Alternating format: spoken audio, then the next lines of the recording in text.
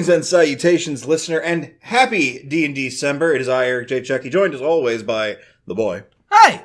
This is the Two Nerds Podcast, and today we're talking about Certainly Not Starcade, the Monk.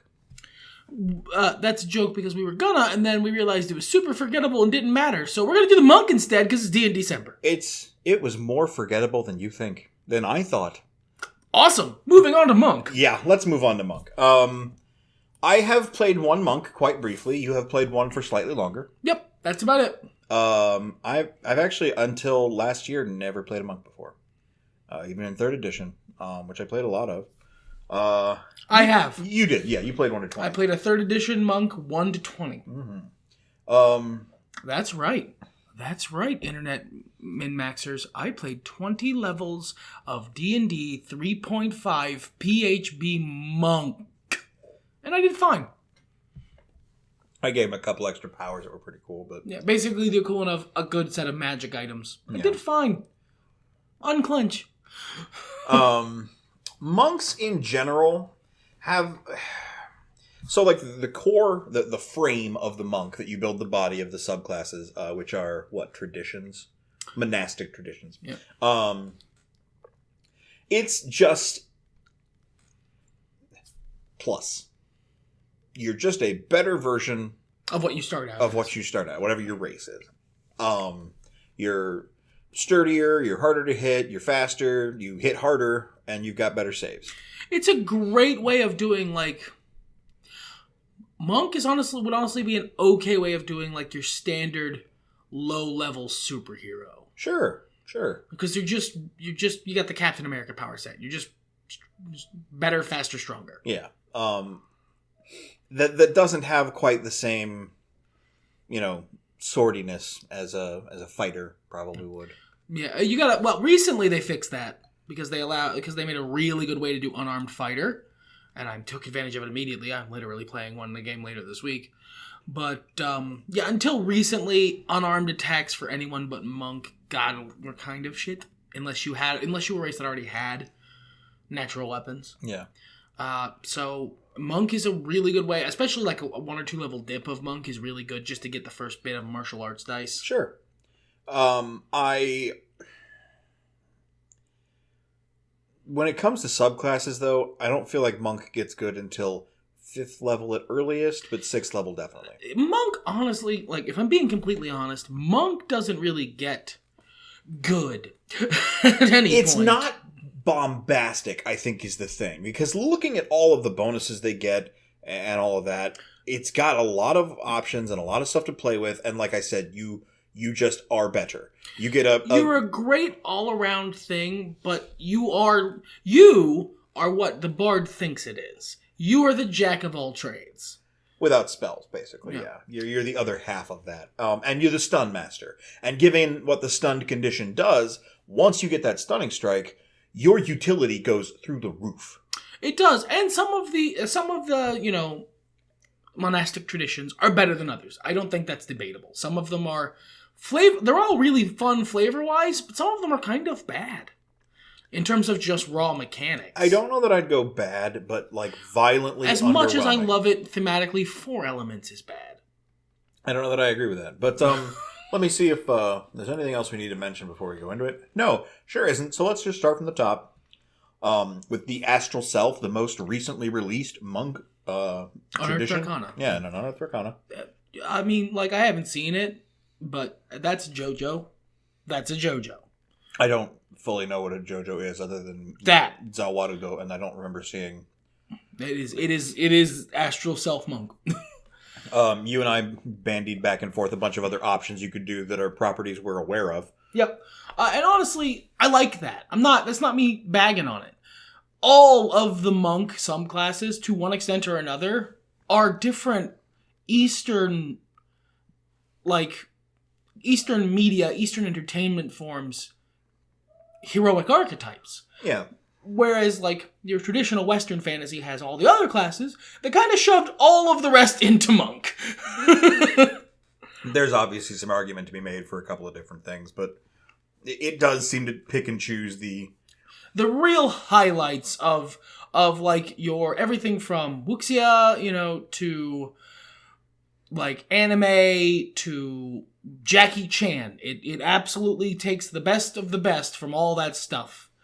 And that's not bad. I'd like to see more of it elsewhere in D&D, because as it stands, the monk thematically kind of stands out super hard, and this was true in earlier editions where the monk was as well. I think that I've gained ability as a DM enough that it's not too hard to mix in.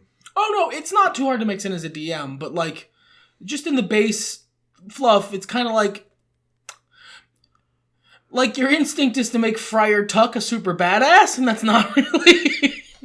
It's been around for so long at this point that I don't really. I don't think it's bad. I would like to see more of that style of stuff mixed in elsewhere in the game, to make monk not stand out as hard. Yeah. And they're doing that slowly. Yeah, I think a ninja... Samurai and fighter and other stuff like that. I think a ninja in rogue would help with that too. There's, you got shadow monk here, but just straight up ninja rogue would really help. Just little stuff like that to help monk feel a little bit more mixed in with the rest of the classes. But yeah, the astral self is... Well, we didn't discuss much of the monk. I mean, in a nutshell, I mentioned, you get your increased damage to unarmed attacks. You get good unarmed attacks and certain monk weapons. You get a lot of attacks. Yes. They get the most attacks. Hell yeah. Like a fighter who's unloading his action surge and his max level can maybe match a monk for attacks, but that's once a day. A monk can do that same thing a lot. That's kind of their bag. They get a lot of attacks. They have a lot of status effects they can apply. And then that's at base with Stunning Strike. Yeah. And then the monastic traditions serve to fill in that it's not quite as much of a skeleton as fighter. So I wanted to go into it a little bit more to give you an idea. No, I mean, yeah, it's thorough, and you have key points, which are like sorcery points, where you can spend them on special stunts. They are very mobile. They have they cost resource, but they have a version of the Rogue's Cunning Action, which makes it easy for them to get around the battlefield. Not that they're ridiculously improved speed. Like, think about that Cunning Action. Taking a bonus action to move with unarmored movement at 20th level, you are moving at least 60 feet, and you can also go up walls. And you can also dash liquids. Regular. Yeah. Yeah, there's a reason why the one monk I played was basically Quicksilver. It's insane.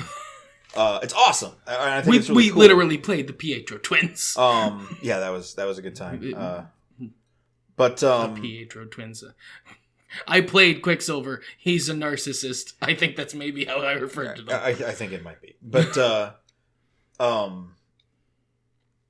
I didn't really get the monk's speed until recently playing a ranger of all things. Where I basically used my inherent tankiness to suck up everybody's reactions. Yeah, his character, she was able to, as a series of like rogue actions and like dashes and stuff, run in a big circle around a bunch of enemies who all tried to opportunity attack her, and she's inherently tanky enough because she's playing a tank, because, Shara's a tanky character because it's a tanky race, really. Not really anything from Ranger. Decent hit die. Yeah, decent hit die. I rolled crazy good stats, so my constitution's eat the opportunity attacks for everybody, from every enemy, so that the rest of the party could get past them. Which is just killer. Yeah. And Monk, that's what Monk's for. Because Monk does have, if you have the right stats for it, an absurd AC. And great ways to deflect strikes and negate some damage, depending on the monastic tradition. Monk is like your support fighter. Yeah, they really are. If Bard, it is like the other half of Bard. Mm-hmm. If Bard is your support mage, Monk is your support fighter. So that being said, what's the also empty body? At some point they get all proficiency in saves. Oh, yeah, it's Diamond Soul. That's 14th level. They get level. All saves. But before then, they all kind of feel a little underwhelming. Before 5th level, like I said. 6th level is when you get... you basically Stunning Strike is what makes your class come online. Well, and at 5th level, you get an extra attack. You get your Stunning Strike. And 6th level is also good because you get your next monastic tradition feature. And magic weapons. Yeah, and your hands become magic. So, Just like it takes them a little longer to get online than other classes. And I kind of looked at this again because I wondered, why didn't I like my monk? This seems really good. And then I actually sat down and looked at the flow, and I was like, oh, I just hadn't hit that level yet. Yeah, you stopped playing him at level 3. Third or fourth, yeah. 3. Yeah. So anyway, back as we were to Astral Self. Astral Self, you basically summon just ghost arms, or JoJo arms, or... Think like Asura's Wrath, or like you summon spectral arms that float above your shoulders and you ora at people with them. They've got a lot of really cool extra abilities they can do with that. Let me click the right buttons here, what we're looking at. You get like a fear effect. You can deflect energy. I liked that a lot. Yeah, you can deflect energy. The astral arms use your wisdom mod. Yes. So it kind of helps mitigate the wisdom is one of the things you use for monk, but monk can feel like a very stat heavy class. Astral Self helps sort of narrow that down. Dex is still important, but this helps boost wisdom to equal importance instead of, well, you can't really afford to dump it. But at the same time, it feels like a waste if you put something too good in it. Right. And because they're melee and they only have a D8 hit die, they feel like one of those classes where you're like, well, I should probably get a good con. Yeah. But eventually you get a full Astral Self that you can kind of turn that's really high level, and it is. Oh boy. It's high level, so high level's supposed to be broken, but the complete Astral Self feature is good. Yeah.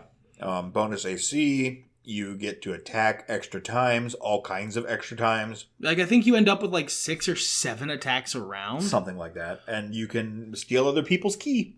For like, was it like a minute or 10 minutes or something?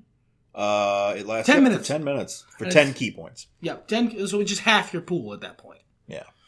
So, but for fair, it's you basically get better flurry of blows for 10 minutes. So for most fights, Drunken Master is Jackie Chan in the movie Drunken Master. It really is. You can redirect people's attacks at each other. You can hit a bunch of guys in a circle. You can disengage basically for free at like level 1. 3 when you get the tradition. So at level 3 you can disengage basically for free every time you use flurry of blows. So you can just weave in and out of the enemy, bouncing their fists into each other, and it's good. It is good. It's not as good as Open Hand, which I think is still the gold standard for monk traditions. But it is fun to see played because I've DM'd it, and I think it'd be really fun to play, especially when you get like up into the higher levels. Like Drunkard's Luck is neat. Yeah. Being able to say no for disadvantage on rolls, that's nice. Yeah. And Intoxicated Friendly is really cool. Frenzy, not friendly. If you have enough people around you, that's just bopping everyone. Yep. 4 Elements. 4 Elements is the most complicated one. It is most complicated by an order of magnitude, and I love it thematically, because obviously it's modeled after, like, Avatar: The Last Airbender, and similar media. Very obviously, to the point where they name some of the things you can do the same things they're named in that cartoon. Which is fine. I like that idea. It's fun. I also maybe pitched doing Shoro Todoroki from My Hero Academia as one of these. Which I think maybe Tulok did. Maybe, who knows? I don't remember what his build was. I know he did Todoroki, but I don't remember what the build was. But it's underwhelming because all of your spells use wisdom, which is not your main stat, whereas the classes who actually get those spells are going to be using their main stat, so their saves and damage and all that shit's going to be higher. Depending. I mean, if you go in focused on making someone who hits second and spells first... That's also not great because they cost key points, and you have a sharply more limited amount of key points than a spellcaster has spell slots. Also true. I think like perhaps they become kind of warlocky in that sense. They do. It kind of feels like a worse implementation of the Eldritch Knight. Or that. as much as I love it thematically, and I love all the names for stuff, and it's super cool, it's just, it feels undertuned. One thing I did notice that you can do that actually makes it sound pretty good is that you can spend extra key points to cast the spells at a higher level. You just can. Yeah, nice. I didn't notice that the first 4 times I read. There's a really complicated fucking table about it, but you can. But still, I mean that's. Well, I see really complicated. It's 4 items. Yeah. For 5th edition, it's complicated. Yeah, it's something you're going to have to refer to, which is complicated for 5th edition. Kensei, I think is pretty neat. I think this is a great place with a couple of feats to build Xinjiao from League of Legends. If you take the Polearm Master, you could probably run into this pretty good. Yeah, this is a great way to do someone who is both really good at using their chosen weapon and also can mix it up by themselves. Yeah. If you just want someone who is, while you were out partying, I studied the blade level, just the one weapon, honestly, Fighter has a couple different ways of doing that. Oh, definitely. But this is very... But for someone who is a martial artist who also has a signature weapon, which is Monk, that's what it's for, this is a really good implementation of that. Be good for, Keelik, for example, too. Yeah, Keelik can mix it up by himself, or he can use his signature staff. Or really any character from Soul Calibur, aside from maybe Astaroth, who I would do a barbarian for. I think there's a lot that count as fighters or paladins or whatever. Oh yeah, you totally could, but most of the canonically Japanese or Asian characters from Soul Calibur, you would do as a Kensei monk. I feel like. And Voldo. And Voldo. Well, no, I don't know what you do Voldo as. I'd do him as a Kensei monk. He's got his hand blades, but then also he hit you with basically anything else. Yeah, including his dick. Yeah. That's fair. That's fair. Moving right along, we have the Way of the Long Death. This one is, brutally simple. Yes. They have the same number of features as everyone else, but the features are so just flat and simple and no fuss, no muss, that it gets the brutality of, a monk who is obsessed with death across really nicely. The only thing I don't like about them, really, is that their capstone is a shittier version of Open Hands. Yeah, is it? Yes, almost exactly. Wow, it sure is. Wow. That's kind of stupid.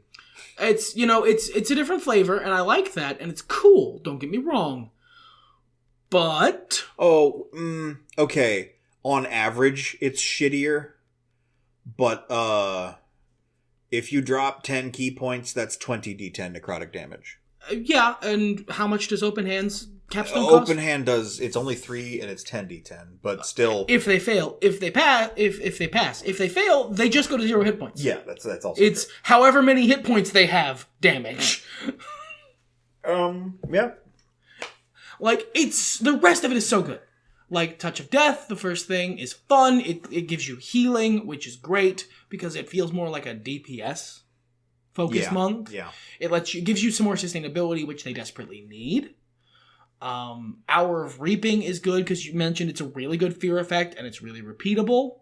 Mastery of Death is fucking ecstatically good, because unless they do enough damage to kill you outright, you're just not going to die. You will never hit 0 hit points until you're out of key points. Yeah. Because it's one key to just not go to 0 hit points.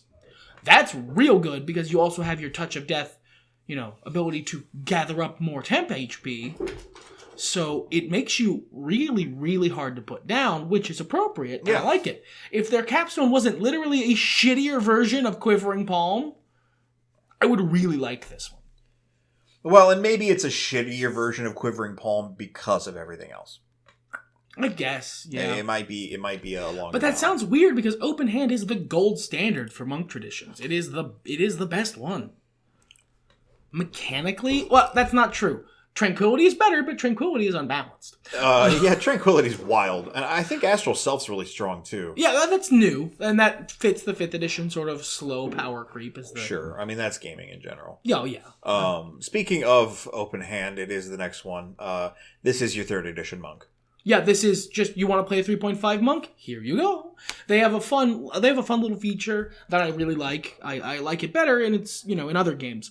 But Tranquility is what they get at 11th level.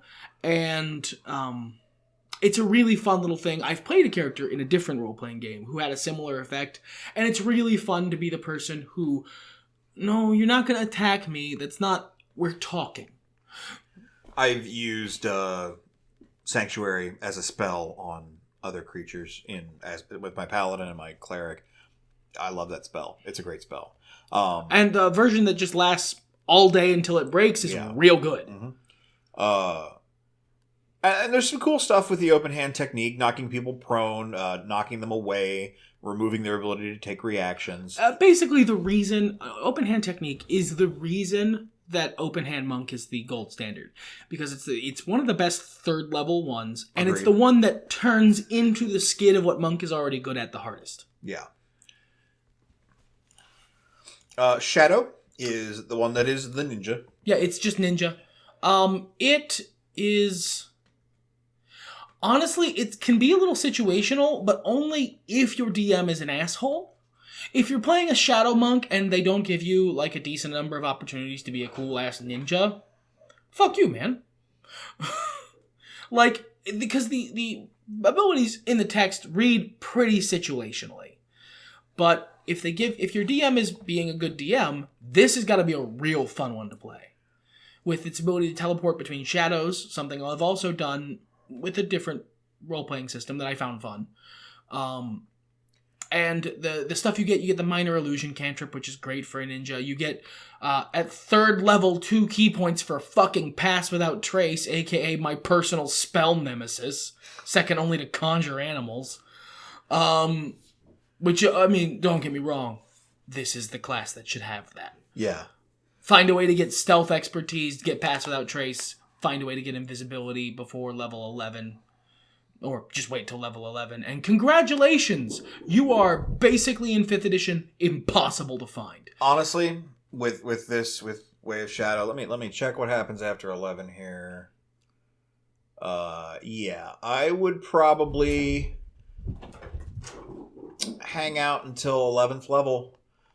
And mix the rest with Rogue. I mean, maybe and not just do to that stack sneak attack damage? Yeah, just to give yourself that kill, Because the 17th level ability is cool. It lets you have an attack of opportunity whenever.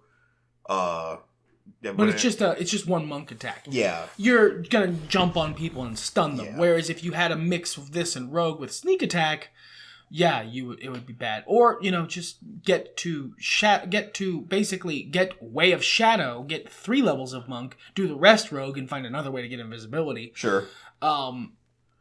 Fucking 2 key points for Pass Without Trace is just amazing. Mm-hmm. And the way Pass Without Trace and invisibility stack together in 5th edition with bounded accuracy for almost everything, Tiamat's gonna have a hard time fucking finding you. Yeah. We have the Soul Knife. That's a live stream class. And as usual, it's a little wonky. Live stream classes typically are. I like the idea behind it, though. Oh, same. I like the idea of mixing psionics and other classes. Mm-hmm. That's cool. Them being segregated to their own little special classes is always kind of meh. I like the idea of mixing them up, especially with Monk, because it fits really, really well. Sure. And also, you can do who's the X-Man that Olivia Munn played? It's not Psylocke. You could do Psylocke with this. Yeah, you sure could, with her little butterflies and everything. Yep. And which is super fucking cool. It has a fun capstone. Yeah, that's powerful. It is powerful, and it's more importantly than powerful, it looks like it'd be fun. You become a psychic energy being who punches things. That's great. This is a little swingy, but Monk's a little swingy. I think this looks fun to play. I think it's a little swingy because it's a live stream. If they had a more polished version of this, I think it'd be better. Yeah, well, and they're working on psionic shit. And I don't just mean OP. I mean swingy. Some of it's overpowered. Some of it's underpowered. We'll move on to Sun Soul, the DBZ monk. Yeah, this is the DBZ monk, and this is the reason I have no fucking ground to be mocking the JoJo monk. This is the DBZ monk. It's probably one of the most underpowered ones, next to Way of the Four Elements, except for the fact that it gets a really fucking good, reliable ranged cantrip. Yeah. And, like, a free, reliable ranged cantrip that does martial arts damage, so it naturally increases as you level, and you automatically get your dex mod to it. Or wisdom mod, I can't remember which. No, it's dex. I can see it there. That's really good. That's a warlock cantrip. It levels up to basically be like it's not quite as good as Eldritch Blast, but it is good. It's a good, solid, ranged damage option, and for Monk's hit dice, and since it counts as an attack, you can use it as, like, you can stun people with it. It really unlocks ranged Monk. If it weren't for that, I would feel it's underpowered, but because of how good your energy blasts are, I feel like it's fair. Well, and the thing is, like,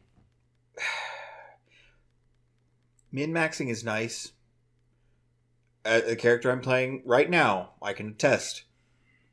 You see those numbers and you go, who is God? Bet you I could kill him. Or I am him, and it doesn't make a fucking difference. You don't need to min-max to survive in 5th edition. 5th edition is pretty forgiving, and your DM has a lot of ability to help. Yes. To help, because, like, he has a character who is fairly well min-maxed.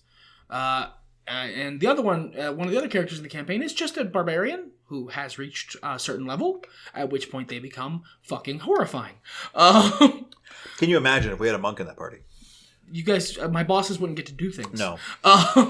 So I'm able to turn up the knob. I'm able to turn up the heat on my players because they have characters who can compensate, which is nice. Yeah. So in that sense, no, this isn't the most powerful thing. Most monk things aren't the most powerful thing.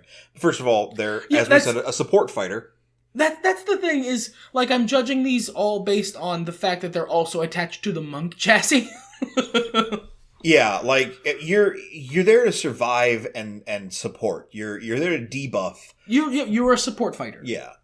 So, like, they do pretty Sun Soul well. is a really good version of that. But if you're taking them as a DPS class... They get, like, a cool class... little fireball thing. They get a cool way of doing range damage to get you out of the fray a little bit. Yeah. It's nice. But if you're looking at them as a pure DPS class and comparing them to... Please don't. Fighter or Rogue. Play a different class. Yeah, just play a different class. If you just want to do mad deeps, play Rogue or Ranger. Yes, Ranger. Revised Ranger. I mean, be nice to yourself, but yes, Ranger. Or if you want to do some mad deeps, my guy, play Rogue/Ranger. Use a bow. Murder everything before it sees you. Lastly, we have Tranquility. Tranquility's broken. It is Unearthed Arcana for a reason. It is ridiculous. I love it, but it's ridiculous. It's not as strong as the other monks. It's more... this is definitely... You are a peace monk. You do not want to hurt anyone. You want to negotiate and not fight. Basically, yeah, until you get to their capstone, yes. And it's... Because of the way Monk's chassis works, because of the way 5th edition works, honestly, Tranquility kind of needs to be a little powerful. I say broken as a joke. I don't actually think it's broken. I think it's a little powerful. But it needs to be to let a monk be able to operate outside the typical box like this.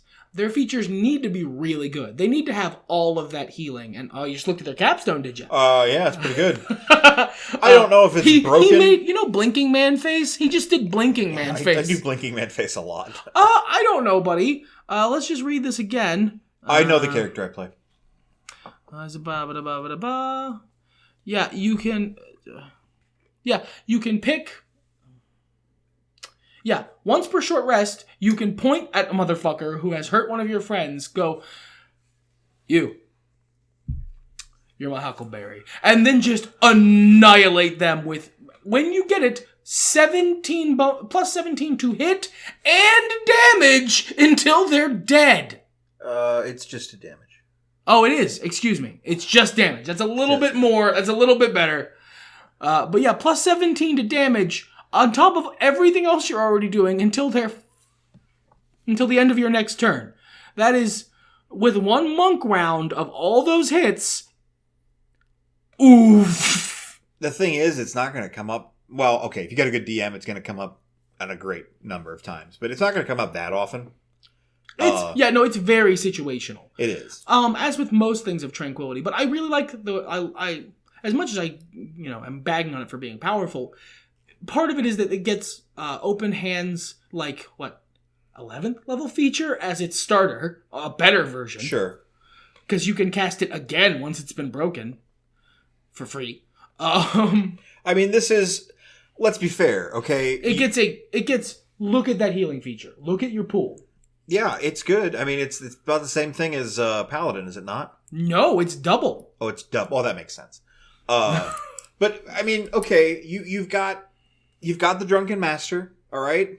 You've got either the Astral Self or the Kensei, okay? You've got the Way of Four Elements, and if you focus really hard on Earth, you need the fourth guy so that you can take your journey.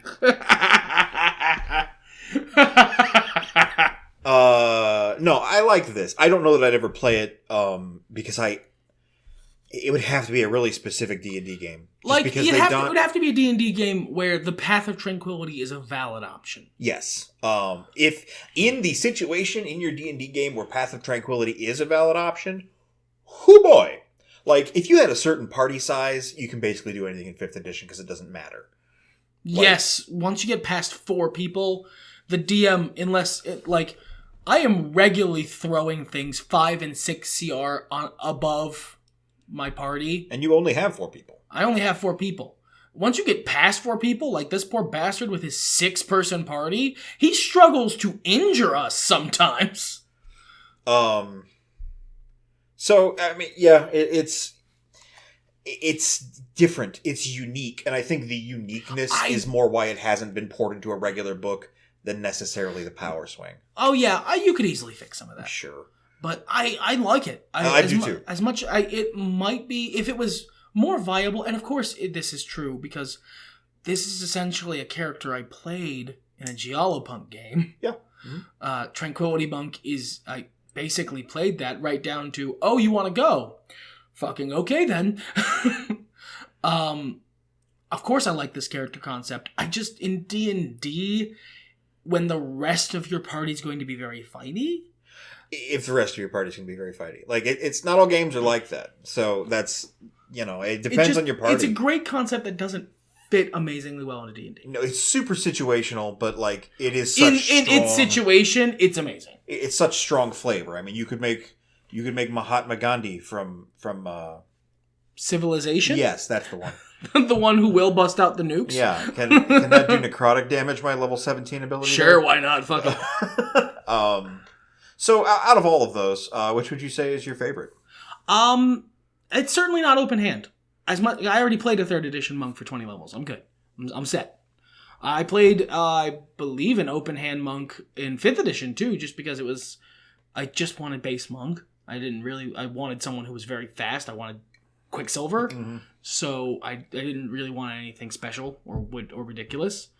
But I'm honestly having a hard time picking, because as much as, monk isn't the most powerful class, and it's not, but that's whatever.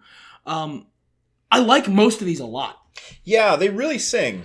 I want to like 4 elements more, but in terms of my favorite, I gotta say Drunken Master. It seems like it's the most fun to play. Really? Okay. It seems like it would be the most fun for me to play. Yeah. Yeah. Yeah, I mean, you can have a lot of fun with it. The character I played, who was a Drunken Master, was fun to play as a character, and the class helped enable that. For me, honestly, I'm looking at the Astral Self is really cool. It's really fucking cool. Most of these are really cool. Whether or not they deliver on a mechanical level, very few of them fail to deliver on a fluff level. They're real cool. And I think also Soul Knife is pretty awesome. Soul Knife is fun. I wouldn't want to play one unless they did a version that was a little more polished, or if I took the time to polish it myself. Right. And I've actually had ideas for a Sun Soul character, but I haven't played the character yet, so obviously it's not my favorite. What about least favorite? I think I would guess 4 elements. Despite really, really liking it, and really liking the things it's based on a lot, I love Avatar: The Last Airbender, and really wanting to like it, yeah, the execution is just not good. It's just not a good execution of that idea. Well, and that's part of the reason I use the phrase least favorite instead of like the subclass you hate. And for me, it's going to be either Long Death, just by being so underwhelming, or also violently underwhelming, Drunken Master. Really? Yeah, you can do some cool stuff, and in your head, you're like, awesome, but like, compared to what everyone else is doing, not like damage-wise, not numbers-wise, not support-wise, but like... Options-wise, and the bombast. Monk in general has a problem with not being super versatile. Well, and with the extra key abilities, that shores that up a little bit, and that's nice. But, like, just, okay, compare your level 3 Drunken Master with your level 3 Fighter. Yeah, I'm not... Drunken Master is my favorite purely for fluff reasons. Sure. I would lean into Jackie Chan. I would play a comedy character. Oh, yeah. Why? I would play a wacky Boraicho motherfucker as a Drunken Master. And I think, again, in a party of more than 3... you need room to be a comedy character. I think you need room to be a monk in general. Unless, like, your DM is very on board to... be kind of nice to you. You don't want to have like a 2-person party where one of them is monk. 3 is a little risky, but I think you could do it. You can easily fit one into a standard 4-person party. Yeah, definitely 4-person party. Monk can hang out there and do all their cool monkery. So this is actually going to be a kind of hard one, I think. How to subvert the monk. You and I both literally did that. You think so? I wouldn't call Cousin Milos a drunken master monk. He was, though. He was, but he wasn't comedy. He wasn't slapstick. He was wry humor and fun bombast. Well, yeah. He was Father Christmas meets a giant ram man. It was a nice subversion of the Drunken Master because he wasn't wacky. He wasn't stumbling around slurring his words. He was just smooth. I suppose in and of itself. He'd flow like water. He was just smooth. You didn't do Drunken Master in fluff, just mechanics. And I played an open hand monk who was a brash, moody, self-absorbed mercenary. I played comics Quicksilver. Fair enough. Okay, that one was easier than I thought. Already did it. Great. We both literally have played one monk each, and neither of us has actually played a monk when we did that. I mean, I think I played a monk, I just didn't play Drunken Master Monk. Yeah. Mine is an example of how to subvert monk. Yours is an example of how to subvert a specific subclass, while still being a monk. And honestly, I think ninja, as close as it's tied to the monk class, mechanically speaking and inspiration speaking, it basically is the subversion. It's the Zed to the Shen. Yeah, you just play a shadow monk and be a ninja. Just be an asshole who murders people with your spiritual powers of murder. Yeah. So let's say you had to make a monk right now. Let's say instead of Friday, instead of playing a fighter, you were like you were consigned to playing a monk. I mean, I just said what I would play. To be honest, Friday we have a 2-person party. I would not, but if I had to, if you were gonna give me enough buffs that I could swing it with just me and one other person. The character concept I started with that day? I would make it a monk instead. Sounds like... I would be Ogren from Dragon Age. I talked about him as a fighter, and I would just go, all right, fine. That's not what I'm playing Friday. The concept evolved into something slightly more serious. It would be, you're going to make me play monk in a 2-person party? Fine. Then I am comedy shitting all over your campaign. Let's go, your honors. I need grog. Punch, punch, punch. Hold on there, duck, punch in the nuts. Oh, you're all right. Oh, you're all right. You're all right. My favorite part of Drunken Master is the attack redirect. Yeah, it is. It's so fucking cool. It is Drunken Master. Yeah. The attack redirect feels like one of the purest implementations of the idea that class is going for Monk. Yeah. Because that is the whole movie. I would, as we kind of bandied back and forth, my last inspiration for Astral Self, I think, is probably what I would end up playing. As long as the game would support it. Noob Saibot. Ooh, yeah, with his shadow. With his shadow which would surprise the shit out of people that you're not a shadow monk. No, yeah. Who can't teleport through shadows like Noob Saibot. Right. And maybe I would get some kind of shadow step ability. It's not that broken. I think it's a medium level spell. It's a 2-person party. You'd have to, if like we would have to talk in terms of, all right, so let's... I don't know. I think Astral Self is one of the few monks. Yeah, Astral Self can hold it. But it's a 3-person party. My buddy and me. But everything he does in Mortal Kombat 11, his little clone doesn't go that far. It's a 10-foot reach on your Astral Self. It's his little clone. Yeah, it's just you get tackled by a dude made of shadow. What happened Who there? comes out of the first dude, and then when you get to high levels, the other dude of shadow comes out and just sort of hangs out in front of you, like, no, you're gonna fight me. While you just stand back. I get to do that cool shit where they like attack him, and it's like, that was only my shadow. Nothing personnel, kid. Hell yeah. Honestly, Monk is the first time I've sat and wondered really hard, can you multi-class one class? Just to stack up some of the interesting benefits of the various subclasses. In the rules, no. There is no way to do that. Does it specifically say that? There's just not a way to do it. Okay. It's not a, you can't, it's more of a, the rules don't say you can, and the way 5th edition works, that means you probably can't. Well, and like the way you would get those bonuses, I don't think, there's a lot of them you can't really duplicate, I guess. It would be difficult, but I would like to use a refluffed version of Astral Self, mix it up a little bit with 4 elements, and you've got Dalsim, and that's really cool. Yeah, you can do some Yoga Fire. Yeah. But I think Monk's a good class. Monk is one of the ones where the traditions operate the best on remixing. Like, we did a little bit of that with Barbarian. We made a custom Barbarian to fit a character for one of our players, or for one of my players in my new campaign. Me and White worked together on it because I'm not quite as good at mechanics as him. But I feel like the monk traditions are the best. They are the most, like, modular. You can just hot swap them out real easy. Most of Monk's power exactly density is in the core kit. Yeah, it's flavorful, and some of it's kind of powerful. But so long as you look with an eye of balance, hot swapping different features from different monk traditions wouldn't be that hard. It's not my favorite class, but I would like to play another one in the future. Same. Yeah, it's not my favorite. I would like to play other classes first, but I will get to another monk. I've got a wizard to play, and now I've got another artificer to play. They're just going to keep making new versions of Artificer. They're going to make sure that you never run out of a version. No, it was inspired by an exclamation about stone cunning, of all things. So it has nothing to do with those poor bastards. So, yeah. We done here? I believe so, yes. Everything's better when nerds talk about it. Fuck it!